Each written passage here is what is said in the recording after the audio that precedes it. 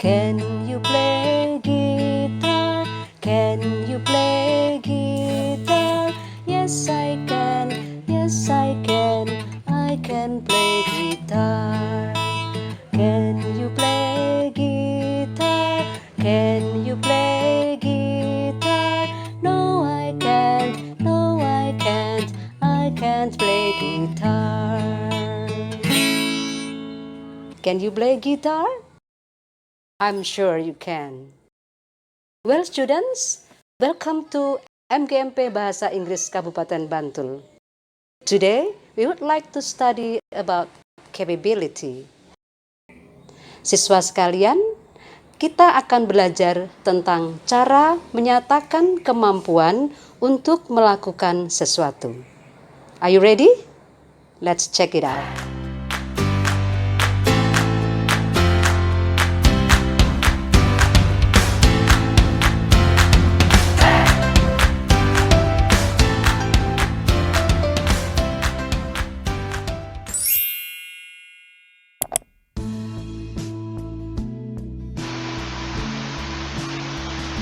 Hello guys, welcome to MGMP Bahasa Inggris Kabupaten Bantul. In this occasion, we would like to study about capability, that is can and cannot. Are you ready? Well guys, before we learn more about it, let's have a look at the definition, sentence pattern, and examples of can and cannot in sentences. Siswa sekalian, sebelum kita mempelajari lebih lanjut tentang can dan cannot, mari kita lihat dulu definisi, bentuk atau pola kalimat, dan contoh-contoh kalimat yang menggunakan can dan cannot dalam bentuk kalimat positif, negatif, dan interrogatif. What can and cannot is? Can is one of modal auxiliary verbs which can be used to express our ability to do something. Can adalah salah satu modal verbs yang digunakan untuk menyatakan kemampuan melakukan suatu tindakan. In bahasa Indonesia, can means bisa or dapat. Can dalam bahasa Indonesia diartikan bisa atau dapat. Sedangkan cannot is a negative form of can. Cannot means tidak bisa atau tidak dapat.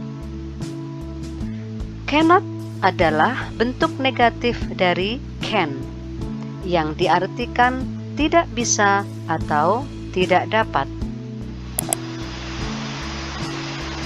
Sebagai catatan bahwa penulisan kata cannot tidak boleh dipisah antara can dan not. Yang kedua, cannot bisa disingkat menjadi can't or can't.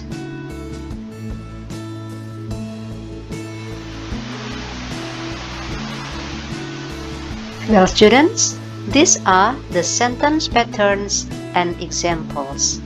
Siswa sekalian, ini adalah bentuk pola kalimat dan contoh-contoh kalimat dalam bentuk positive form, negative form, and interrogative form.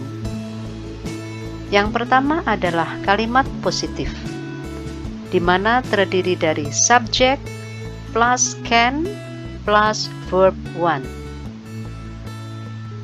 Yang kedua adalah negative form atau kalimat negatif yang terdiri dari subject plus can plus not plus verb 1.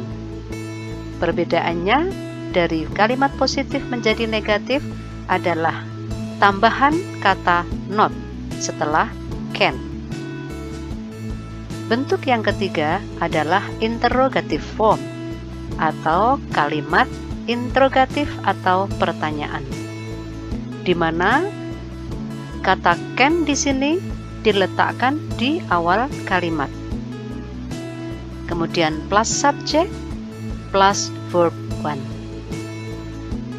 Dari ketiga bentuk ini bisa disimpulkan bahwa setelah kata can, maka diikuti verb 1, baik dalam bentuk positif, negatif, dan interrogatif, semua menggunakan verb 1.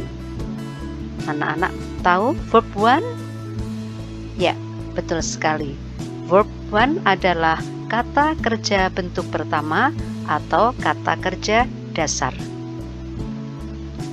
Now, let's have a look to the example. Yang pertama adalah contoh kalimat positif. I can speak English. I sebagai subjek, kemudian plus can, kemudian plus verb 1, kata kerja bentuk pertama.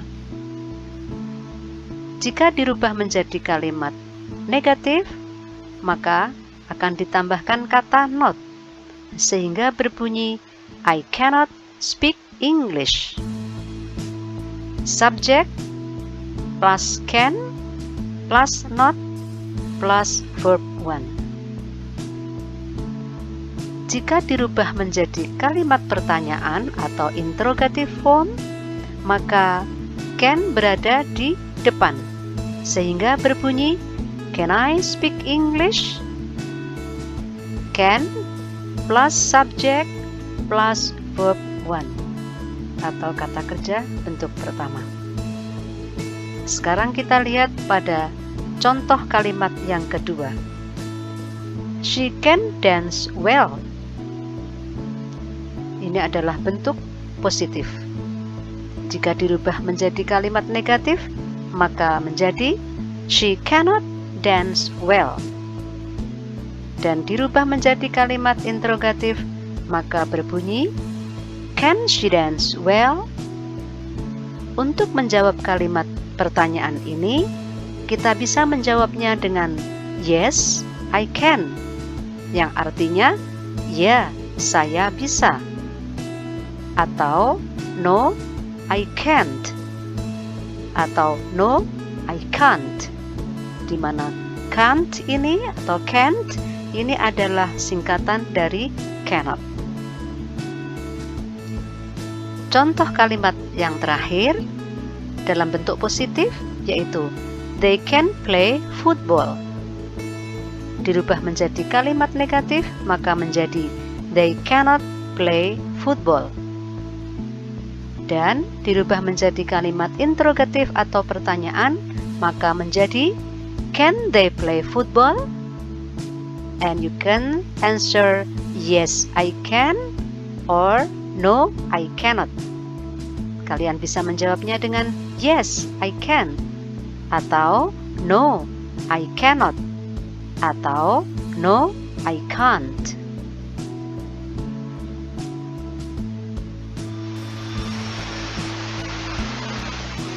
Baiklah siswa sekalian, setelah kalian tadi melihat bentuk pola kalimat dan contoh-contoh kalimat positif, negatif, dan interrogatif, maka saatnya kita sekarang untuk mengerjakan soal-soal. The first exercise, complete the positive, negative, or interrogative form. Lengkapilah kalimat-kalimat di bawah ini dalam bentuk positif, negatif, dan interrogatif. Yang pertama adalah kalimat positif, yang kedua adalah kalimat negatif, dan yang ketiga adalah kalimat interrogatif atau pertanyaan. Silakan mencoba anak-anak. Selamat mengerjakan.